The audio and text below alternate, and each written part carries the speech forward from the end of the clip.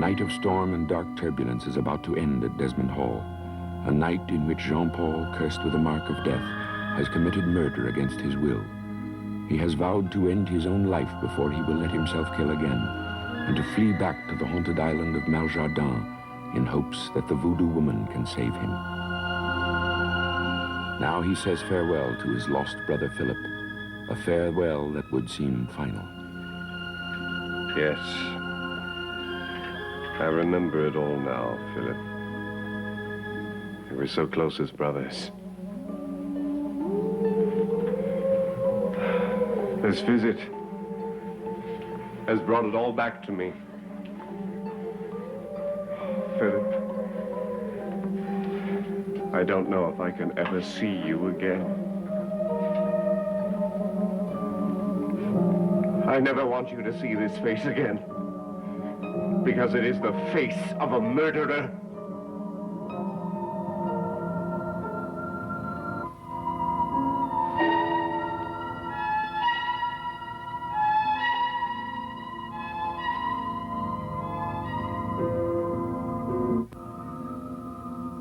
Philip!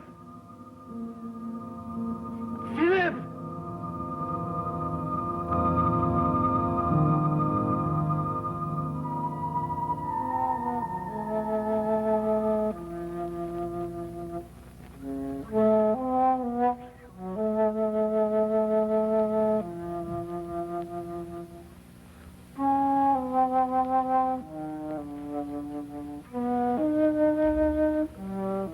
Master, you have not slept. I know. I came to pack your things. We're not going to Maljardin. But it is the only way I can save you. It is our only hope to remove the curse. I know. Then save yourself. Leave. Rexel, my brother needs my help. I can't leave. But Philip is not here.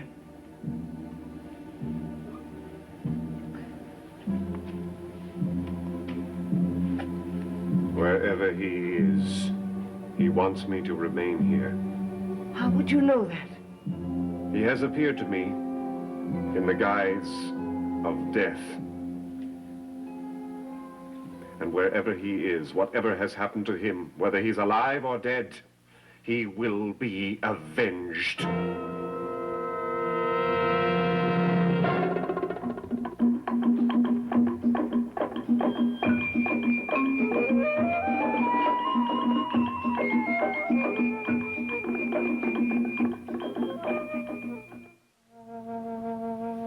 You know you are risking your own life.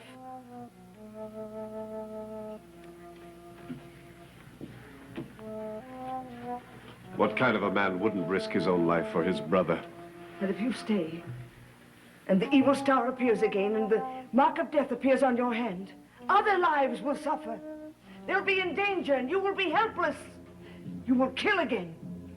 No. I will fight this with all the strength in my soul. I will not obey the power that wants to control me. Think carefully, Master. Can anyone resist these powers? Raxel, help me. Perhaps the only way I can help you at Desmond Hall is to do as you ask. Make certain, before you commit murder again, that you die. No, Raxel, I've got to live for Philip's sake. If I am compelled to kill again... It will come! Then you must guard me. You and Quito lock me in my room, tie me, do anything. But curse or no curse, I must live, Raxel. I will live.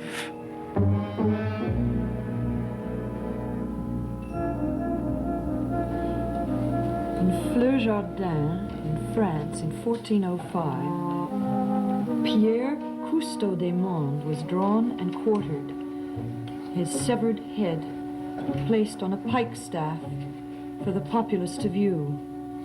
He had indulged in the occult and was in league with the powers of darkness, or so his sentence read. A severed head. Come in. Oh, Mr. Desmond, I'm glad it's you. Well, what's the matter? You seem upset. Oh, no, it's nothing. Well, is it something you've seen that's disturbed you? Just a book, an illustration. I live with books so much that sometimes they seem quite real to me. Even things that happened centuries ago. I'm very silly. Well, perhaps you shouldn't get involved with these things right now. Perhaps if you waited till another time. But, Mr. Desmond, you gave me your permission.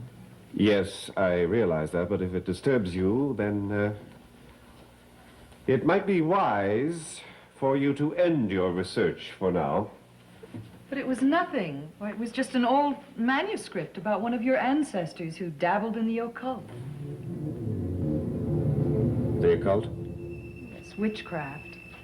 In the days of the Inquisition, people were accused of all sorts of outlandish things. What was the judgment against my ancestor? His head wound up on a pike staff. Not a very pleasant death. I suppose I had good reason to be frightened. There's a picture here, you see? I don't think there are certain things in the family history that should be seen by anyone. What do you mean? You told me I could explore the library freely. I didn't realize that you would be researching into ancient superstitions. But I'm not. Miss Blair, I think it's important that you and I should reconsider. Perhaps for the moment, you should end your work at Desmond Hall. I thought you approved of my work.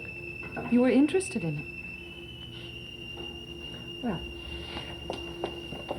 I'll read in my room so as not to disturb you. And Mr. Desmond, may I remind you that I am here not at your invitation, but at the invitation of your brother.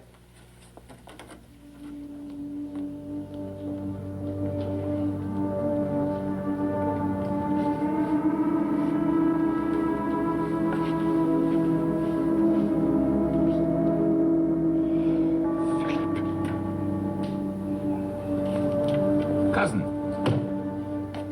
Yes? Good morning. Fine morning after the storms last night. Have you had your breakfast?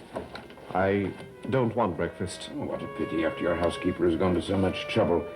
She told me you'd changed your mind, that you're not leaving Desmond Hall. That is correct. Ada will be pleased. I take it the business you were so concerned about has somehow righted itself. Yes. How fortunate you are. The business here at Desmond Hall seems never to end. But that's not your problem, is it? Your job, as I see it, is to empty your mind of all care and worry until you are well again. I am feeling very well, thank you. Although there are some things that do disturb me. Such as my brother Philip's disappearance. Now, I'm going to ask you a question, and I expect an honest answer, Laszlo. Where is my brother? How odd. How odd you should ask. Early this morning, when the house was still asleep, I received a cable from Philip. Jean-Paul, your brother is alive and well.